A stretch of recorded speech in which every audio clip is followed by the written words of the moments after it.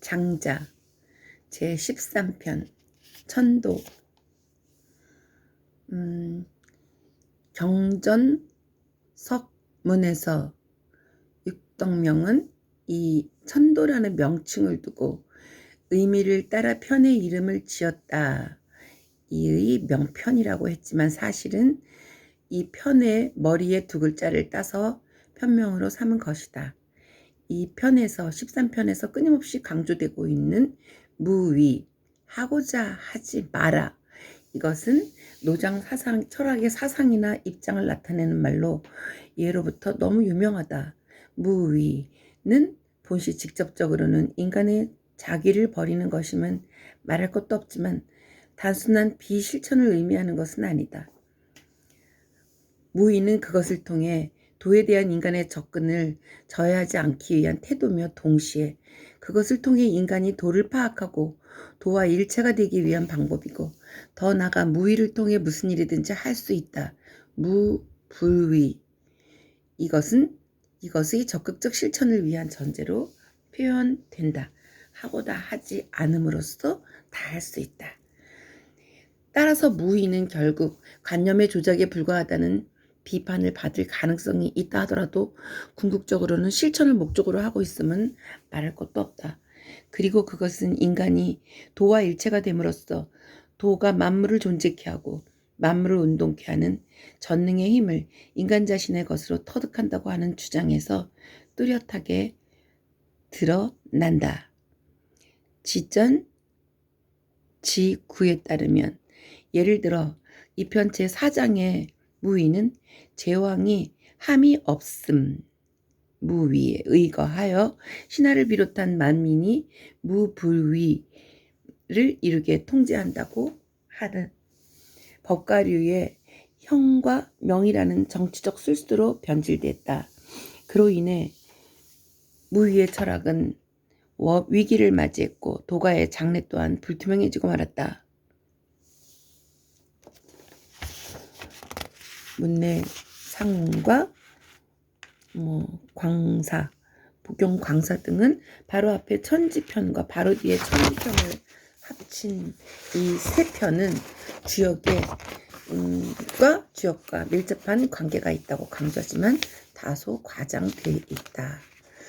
이런 말은 지나가서 제1장 이 13편의 제1장은 고요함을 지킴으로써 천지와 만물에 군림하는 제왕과 성인의 모습을 그리고 있으며 제2장은 그것을 받아 빈 고요함과 무위를 실천하는 것이 제왕과 성인이 신하들과 만민을 지배하는 데 유효함을 주장하고 있으며 제3장에서는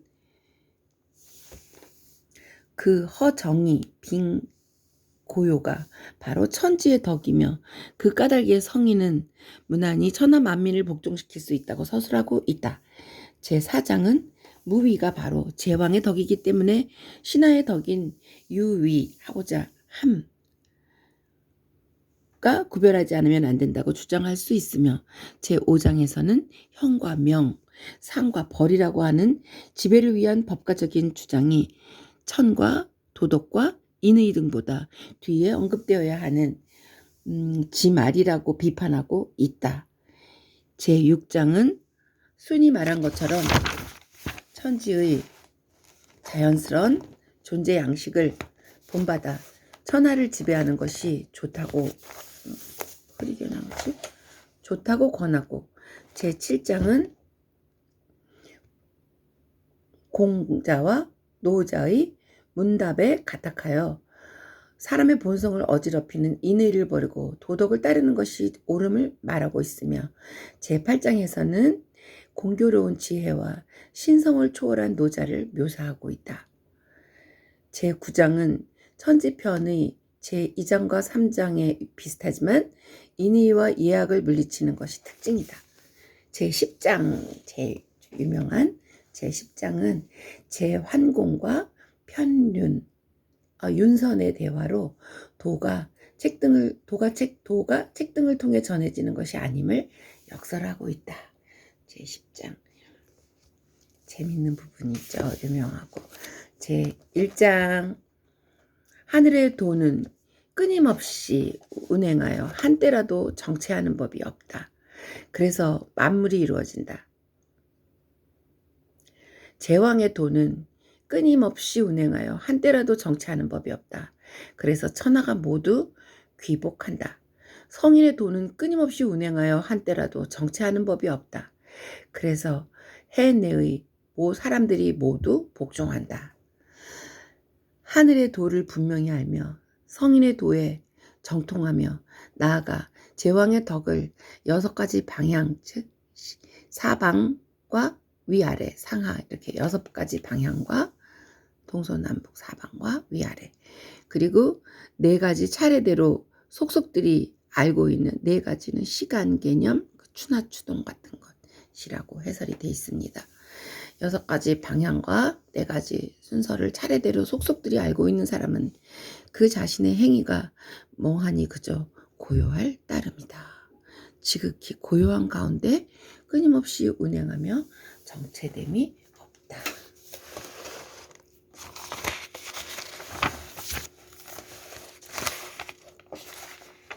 성인의 고요함은 고요한 것이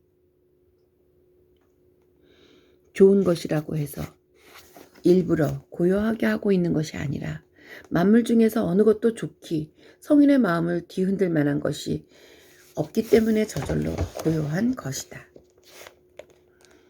물이 고요하면 그 밝음이 수면을 바라보는 사람의 수염이나 눈썹까지도 분명하게 비추어주고 그 평평함이 수준기에 딱 들어맞아 목수가 기준으로 채택한다. 물이 고요하여도 오히려 이처럼 밝고 맑은데 하물며 밝고 정밀하고 신묘한 성인의 마음이 고요한 경우는 더 말할 게 무엇이란 말인가. 성인의 고요한 마음이야말로 천지를 있는 그대로 비추는 거울이며 만물을 빠짐없이 비추는 거울이다. 제 2장. 마음을 비우고 고요함을 지키고 편안하고 담백하며 적막하면서 하는 일이 없는 것은 천지자연의 기준이며 지극한 도덕이다. 그 때문에 제왕과 성인이 그곳에서는 쉰다. 쉬면은 마음이 비워지고 마음이 비워지면 채워지면 차례가 갖추어질 것이다. 선가에서 참으로 비워진 후에 유가 실제하게 된다는 뜻이다. 인간세 장에서 도는 유도집퍼라고, 도는 오직 마음을 비우는 곳에 응집된다. 비어있는 방에 햇살이 비치니 길상은 고요한 것에 머문다. 이런 말과 통한다고 할 수 있습니다.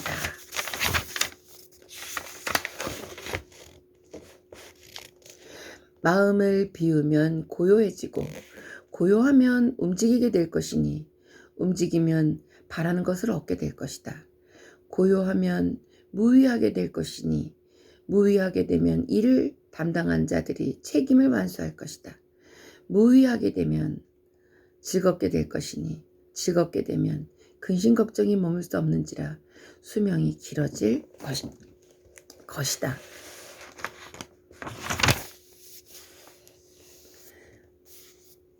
마음을 비우고 고요함을 지키고 편안하고 담백하며 적막하면서 하는 일이 없는 것은 만물의 근본이다.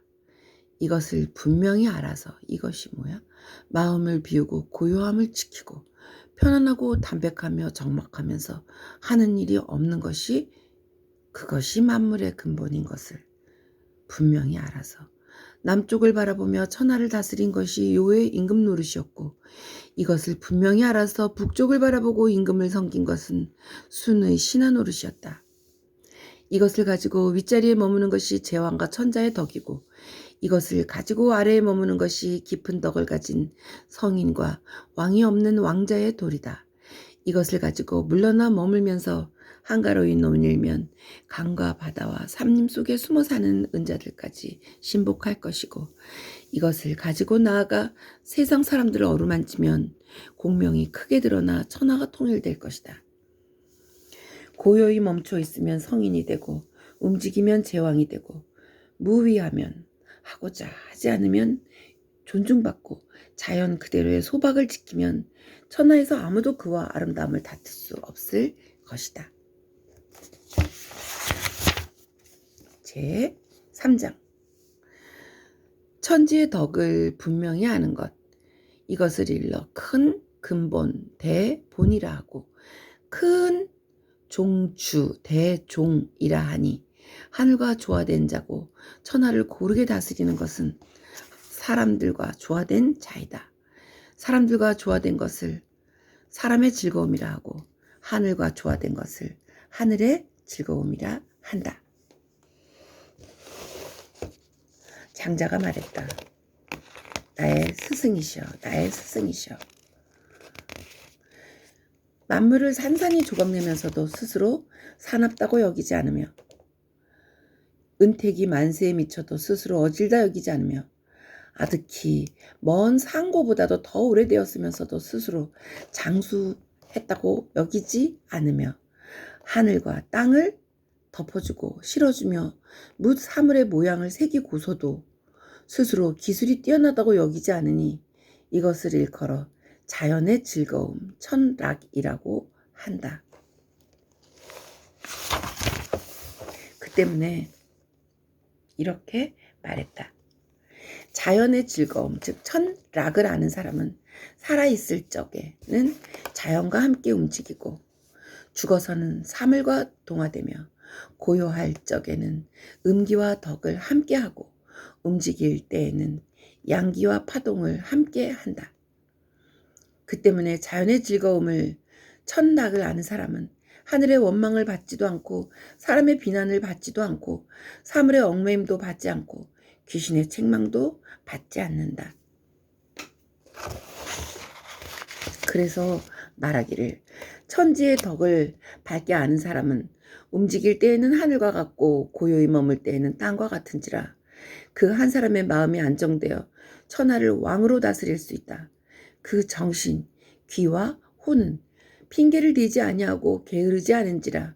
그 한 사람의 마음이 안정되어 만물이 복종한다고 하니, 이것은 자기의 무심하고 고요한 마음을 하늘과 땅에까지 미루어 나가며 만물에 통하게 함을 말하는 것이다. 이것을 일컬어 자연의 즐거움, 즉 천락이라고 하는 것이니, 천락이란 성인의 마음으로 천하 만물을 기르는 것이다.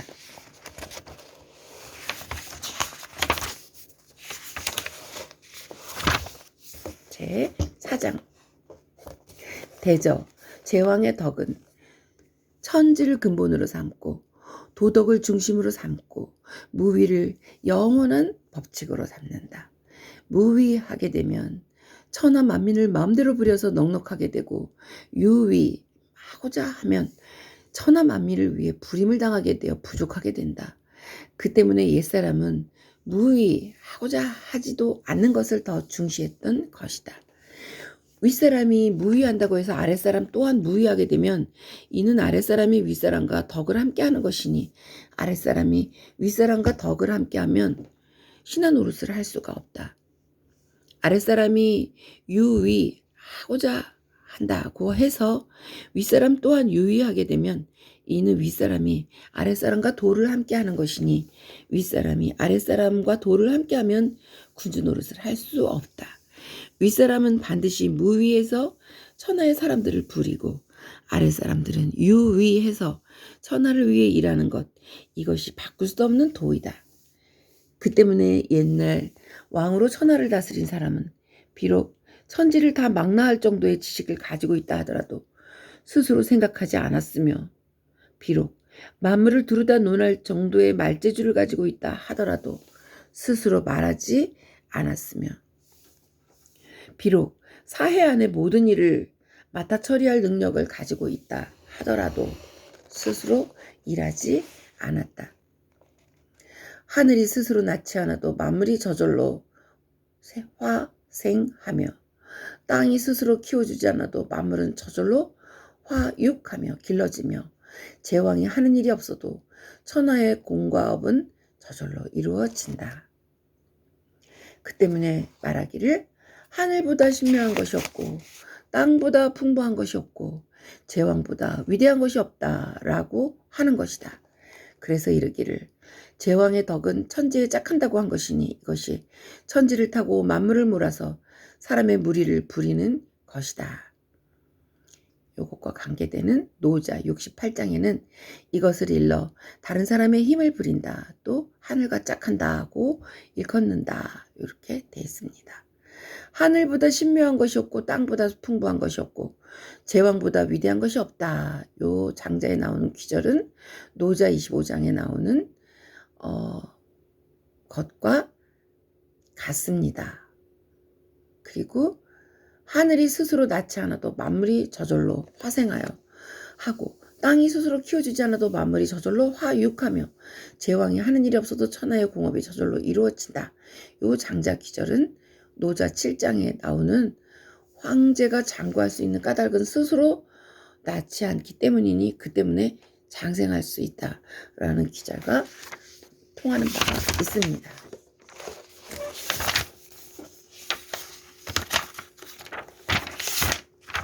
제5장 근본은 여기서는 장자에서는 무의 그리고 천도 하늘의 길 하늘의 도 그리고 하고자 하지 않는 것 이것은 위에 있는 사람에게 있고 말절 즉 말단 유의 사람의 도 인도는 아래에 있는 사람에게 있으며 요점은 군주가 맡고 세세한 일은 신하에게 맡긴다. 3군을 동원하고 5병을 운용하는 전쟁은 덕 가운데서도 그것은 마지막 절에 해당하고 상벌을 시행하고 이해득실을 따지고 5가지 형벌로 사람을 처벌하는 것은 교화 가운데서도 말절에 해당한다. 예법을 신분에 따라 차등적으로 규정하는 일과 관리의 성적을 엄격하게 조사하여 평가하는 일은 정치 가운데서도 말단에 해당한다. 종치고 북치는 음악과 새 기시나 짐승의 털로 장식한 화려한 춤은 악 중에서도 말절에 해당한다. 고급과 상복과 수직, 수국과 요질 등을 차등적으로 규정하는 상례 제도는 슬픔의 표현 중에서도 그것은 말절에 해당한다. 요거에 대한 설명으로 차라리 대놓고 상례는 절차가 잘 공자 말씀에 상례는 절차가 잘 치러지는 것보다 차라리 슬퍼하는 것이 낫다라는 귀절이 있습니다. 그래서 요 부분에서는 공자의 태도와 장자의 태도가 일치되는 부분이라고 말하고 있습니다. 이 5가지 말절 즉 전쟁과 상벌과 형벌, 예법, 또 예악 이런 것들은 정신이 운행되고 마음의 기술이 작용하기를 기다린 뒤라야 따라가는 것이다. 이 같은 말절을 배우는 사람이 옛사람 가운데서도 있기는 했지만 이 말절의 학문은 다른 것에 우선하는 것이 아니다. 그러면 제일 다른 것, 우선할 그것은 바로 무엇일까? 바로 장자로서는 무의나 이런 것들이 근본 학문은 아니다라고 말하고 있습니다. 군주가 앞서고 신하는 뒤따르며 아버지가 앞서고 자식은 뒤따르며 형이 앞서고 아우는 뒤따르며 연장자가 앞서고 어린 사람은 뒤따르며 남자가 앞서고 여자는 뒤따르며 지아비가 앞서고 지어미는 뒤따른다. 존비의 차별과 선후의 순서가 있는 것은 천지 자연의 운행의 법칙이다. 그 때문에 성인이 본보기를 취한 것이다. 하늘이 높고 땅이 낮은 것은 신명의 위계이고 봄과 여름이 먼저 오고 가을과 겨울이 뒤에 오는 것은 사시의 차례다. 만물이 변화 발생함에 싹이 트고 순이 나는 모양은 여러 가지가 있으니 피었다가 시드는 차례가 있는 것은 변화의 흐름이다. 천지자연은 지극히 신묘한데도 귀하고 비천하고 앞서고 뒤서고의 서열이 있는데 하물며 인도이겠는가. 종묘에서는 관계가 가까운 친척을 숭상하고 조정에서는 관작이 높은 이를 숭상하고 고을에선 나이 많은 이를 숭상하고 이 일을 처리할 때는 현인을 숭상하니 이것이 대도의 서열이다. 도에 대해 논하면서 그 차례에 맞지 않으면 마땅한 도가 아니다. 도에 대해 논하면서 그것이 마땅한 도가 아니라면 어떻게 도를 터득할 수 있겠는가? 이 때문에 옛날 대도를 밝게 알고 있었던 사람은 먼저 하늘을 밝히고 하늘도 역시 도라고 말하고 있습니다. 그 다음에 도와 덕이 이어졌고 도와 덕을 이미 밝히고 난 뒤에 인의가 이어졌고 인의를 이미 밝히고 난 뒤에 분수에 따라 지켜야 할 것을 밝혔고 분수에 따라 지켜야 할 것을 이미 밝히고 난 뒤에 형과 명이 이어졌으며 형, 명을 이미 밝히고 난 뒤에 재능에 따라 일을 맡기는 것이 이어졌고 재능에 따라 일을 맡기는 일을 이미 밝히고 난 뒤에 안팎을 살핌이 이어졌고 안팎을 살피는 일을 이미 밝히고 난 뒤에 시시비비가 이어졌고 시비를 옳고 그름을 이미 밝히고 난 뒤에 상과 벌이 이어졌고 상벌을 이미 밝히고 난 뒤에 어리석은 이와 지혜로운 이가 마땅한 평가를 받으며 귀하고 천한 사람이 마땅한 자리를 밟으며 어진 사람과 불초한 사람이 실정에 부합되어 반드시 그 능력에 맞게 일을 하고 반드시 이름에 걸맞게 행동하게 되니 이것을 가지고 윗사람을 섬기고 이것을 가지고 아랫사람을 기르며 이것을 가지고 남을 다스리고 이것을 가지고 자신을 수양하되 지모를 쓰지 않고 반드시 자연의 천에 돌아간다. 이것을 일러 대평이라고 하다니 이것이 바로 지극한 정치이다.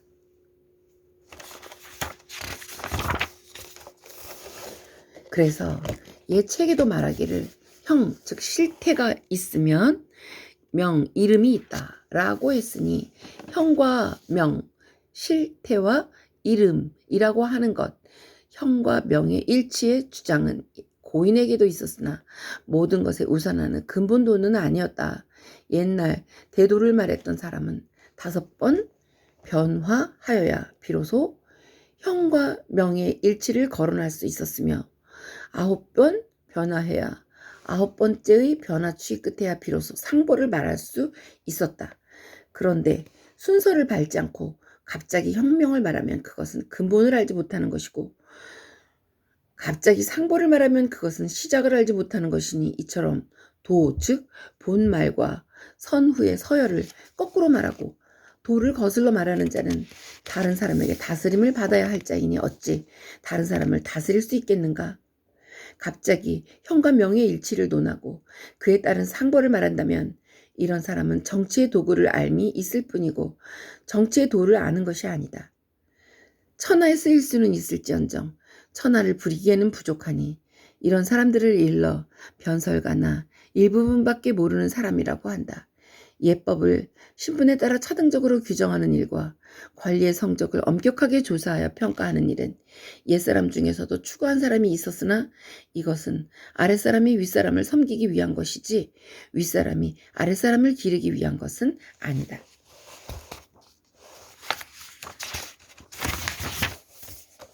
제6장 옛날에 순이 요에게 물었다.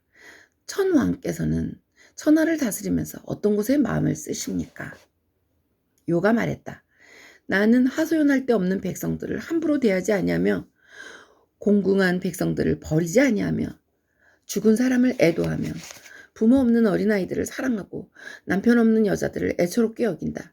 이것이 내가 천하를 다스리면서 마음을 쓰는 일이다. 순이 말했다. 아름답기는 아름답습니다만 아직 위대하다고는 할 수 없습니다. 요가 말했다. 그렇다면 어떻게 해야 하는가? 순이 말했다.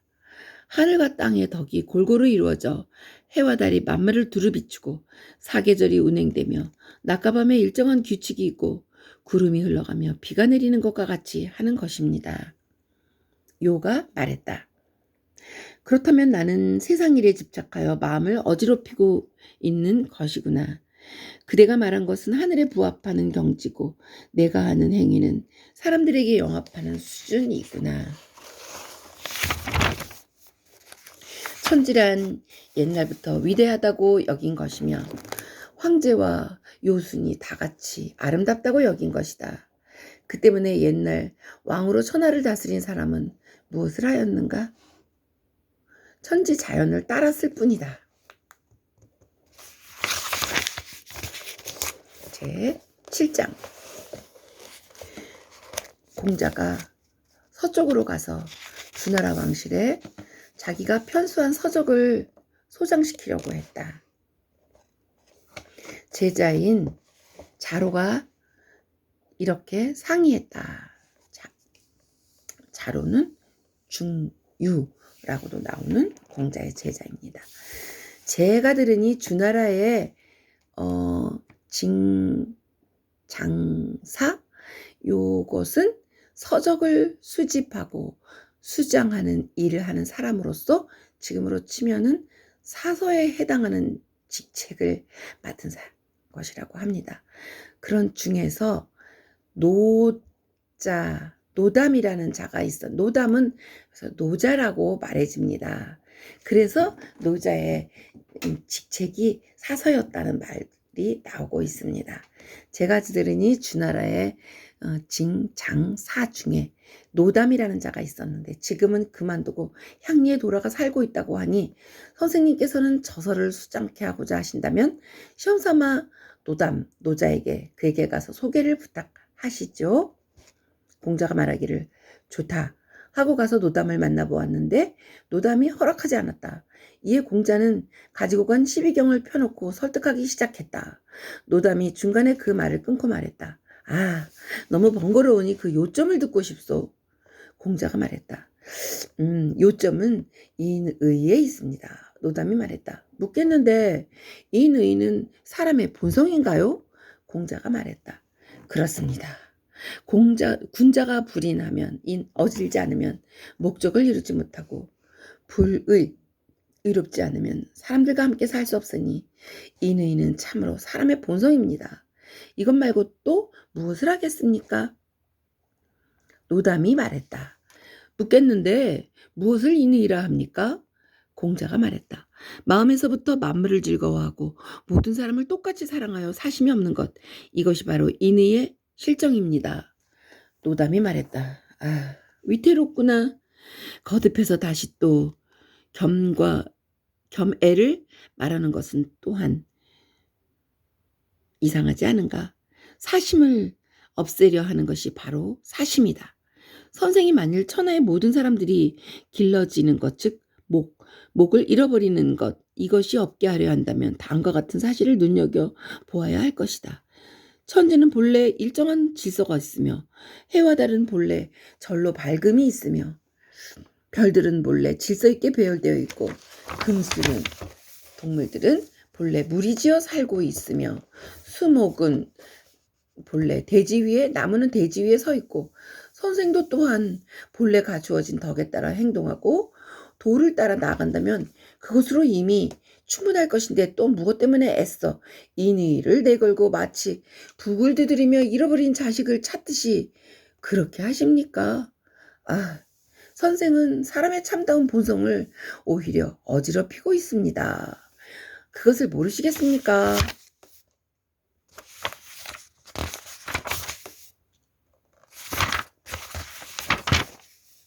제 8장.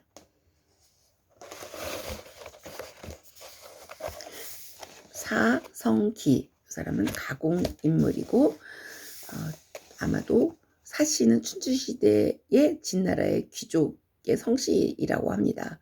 사성기가 어느 날 노자를 뵙고 이렇게 물었다. 저는 선생이 성인이라고 들었습니다. 그래서 저는 정말 일부러 먼 길을 마다 않고 와서 뵙고자 했습니다. 100일 동안 발에 못이 수없이 박히면서도 감히 쉴 생각을 하지 않았습니다. 그런데 지금 제가 선생의 모습을 보건대 선생은 노담. 선생의 모습을 보건대 선생은 성인이 아니십니다. 쥐구멍에 먹다 남은 쌀 알갱이가 있는데도 아랑곳하지 않고 내버려 두었으니 어질지 못한 짓입니다. 날 것과 익힌 것들이 눈앞에 잔뜩 남아 있는데도 한없이 재물을 쌓고 거두들이고 있지 않습니까? 노자는 조용히 아무 대꾸도 하지 않았다. 사성기가 다음날 다시 노자를 뵙고 말했다.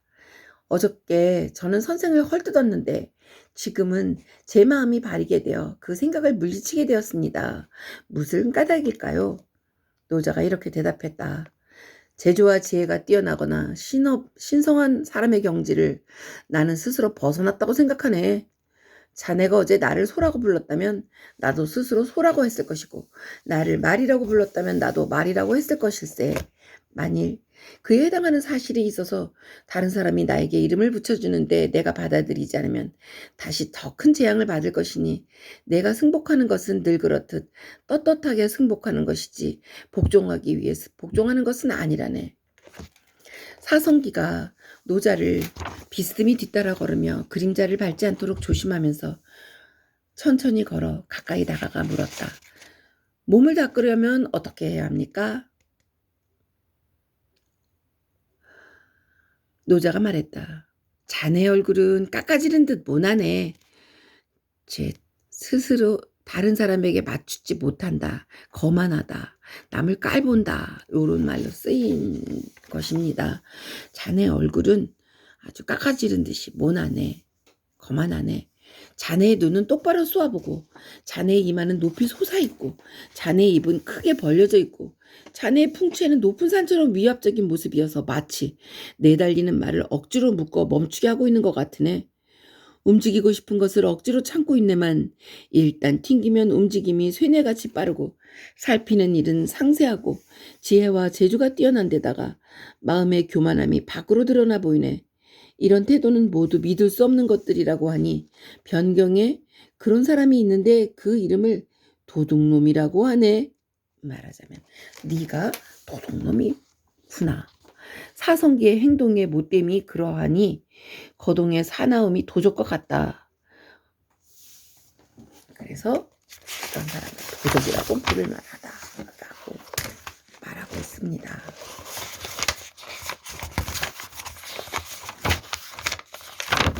그 다음에 제9장. 선생은 이렇게 말했다. 여기서 선생은 노자를 말합니다. 여기 부자, 왈, 대도는 어천에 부종하여, 여기서 부자는 즉 노자를 말한다. 도는 아무리 큰 것을 수용해도 다 하지 않냐고, 아무리 작은 것이라도 빠뜨리지 않는다. 그 때문에 만물이 여기에 갖추어져 있고 넓고 넓어서 용납하지 않음이 없고 깊고 깊어서 헤아릴 수 없다. 형벌과 은덕에 의한 정치나 인의에 의한 교화는 정신 중에서 지엽 말절에 지나지 않으니 지극한 사람이 아니면 누가 이런 본말의 관계를 결정할 수 있겠는가? 지인이 지극한